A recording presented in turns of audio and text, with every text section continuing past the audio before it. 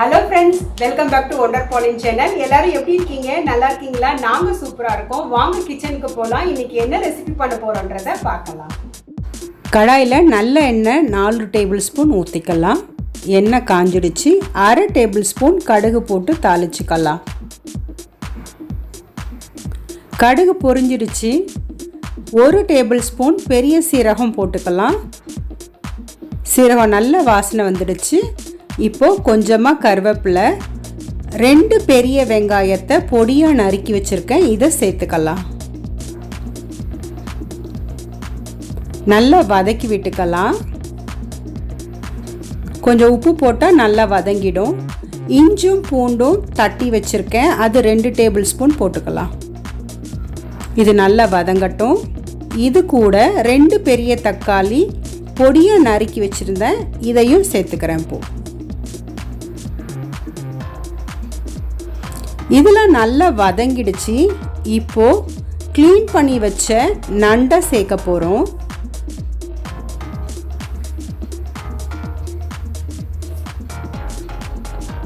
எண்ணெய் பிரிஞ்சு தனியாக வந்துடுச்சு, நல்லா வதங்கிடுச்சு. இப்போ நண்டை சேர்த்துக்கலாம். நல்லா மிக்ஸ் பண்ணி வச்சுக்கலாம். 1/2 டீஸ்பூன் மஞ்சள் பொடி சேர்த்துக்கணும். இது கூடவே 2 டீஸ்பூன் வெறும் மிளகாய்த்தூள் சேர்த்துக்கணும். குழம்பு மிளகாய்த்தூள் 2 ஸ்பூன் சேர்த்துக்கணும். நல்லா மிக்ஸ் பண்ணி வச்சுக்கலாம்.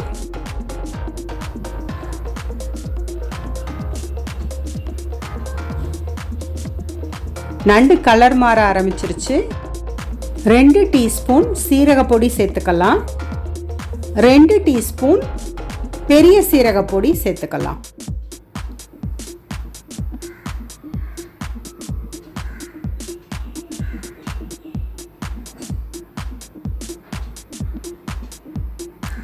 ஒரு டம்ளர் தண்ணி விட்டு வேக வைக்கலாம். மூடி போட்டு வேக வச்சுருவோம். 5லேருந்து 6 நிமிஷம் வேகட்டும். அதுக்காட்டியும் மசாலா அரைச்சிக்கலாம். 1/4 மூடி தேங்காய் எடுத்துப்போம், பொடியை நறுக்கிப்போம். இது கூடவே 1 டேபிள் ஸ்பூன் மிளகு போட்டு அரைச்சி கொண்டு வந்துடுவோம். அரைச்ச தேங்காய் விழுத இதில் சேர்த்துக்கலாம். நான் அந்த மிக்ஸி கழுவின தண்ணியையும் இதில் சேர்த்துக்கிறேன்.